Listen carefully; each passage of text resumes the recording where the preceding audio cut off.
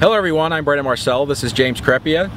We're with AL.com, and the big news today, 10th practice, and 7 days away was Duke Williams, but he's back on the practice fields, and the suspension's over, but he's got to work his way back up the depth chart and gain the respect of his teammates and coaches once again.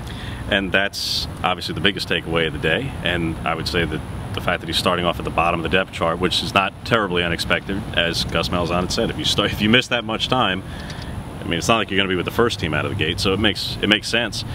The question remains, what does this mean exactly for the future, other than, yes, he'll be able to play against Louisville. Do we expect him to be there and starting in that game? I do, personally. But yeah. Is this the last straw? Is this the last chance for Duke, who had obviously the incident in December, which ended up in suspension for the Outback Bowl, had the tweet tirade in May insinuating he wasn't happy here, and now this? Yeah. Is this it? Would this be it? You asked him that, and Gus didn't exactly directly answer, but he seemed to insinuate that yes, that this is the last straw. Yeah, asked him if this is, he's got a zero tolerance policy on him now, and he said he's going to be held to the same standard as all the players, which you would assume was the case beforehand, yeah. But I think it's his way of saying, yeah. I mean, they have dealt with so much drama with Duke, as you said, in the past, and whatever happened on the practice field to lead to this, coaches are not very happy with it, and I don't think they're happy with it at all right now. I still think they're pretty mad and upset, and they're conveying that with Duke. I don't think that was the case in December. I don't think they were necessarily being real negative to him and saying, yeah, get your stuff together and all that. But I think it's really the first time they're like, listen, you can't keep doing this. We can't keep having drama and issues.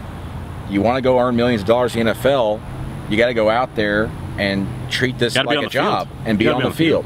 So he's got to rise all the way from the bottom of the depth chart to the top. As you said, he should be back up there probably by Louisville. But, man, these next 2 weeks, most important weeks of Duke's life, really.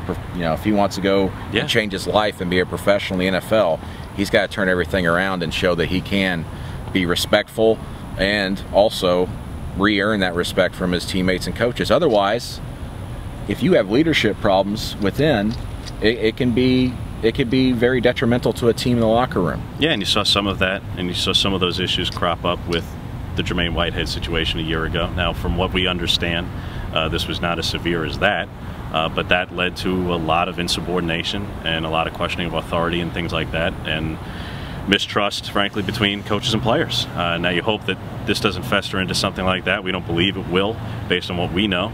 But nevertheless, yeah, you're right. If you want to be a pro, you got to act like it. And I don't think that this incident, or what has been now several incidents with Duke, will ultimately cost him anything as far as being a pro or not. But will it hurt his draft stock? Yeah, yes. I think it will, absolutely.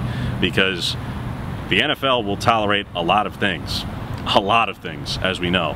What it won't tolerate is a problem in the locker room, bad teammates, and then severe legal issues. Now, there hasn't been any legal issues with Duke, but bad teammates, we've seen guys be affected by being a bad teammate. We saw Randy Gregory's draft stock fall last year because of the issues that he had, behavioral issues, not showing up to draft meetings and those things. Long way to go for Duke to get there, but the bottom line is right now he's back. That's the big takeaway. He's not the only one back, though. We also found out Austin Golson is back today. Kerryon Johnson is not fully back yet, so there's still some personnel things to go through. Yeah. Auburn is off tomorrow. They have picture day. We'll be speaking with all the assistant coaches who are not coordinators, so we'll be speaking with 7 of the assistant coaches tomorrow. Plenty to come from there, and hopefully next week we can move past this whole Duke saga and move on to additional storylines. So check out for the latest on AL.com.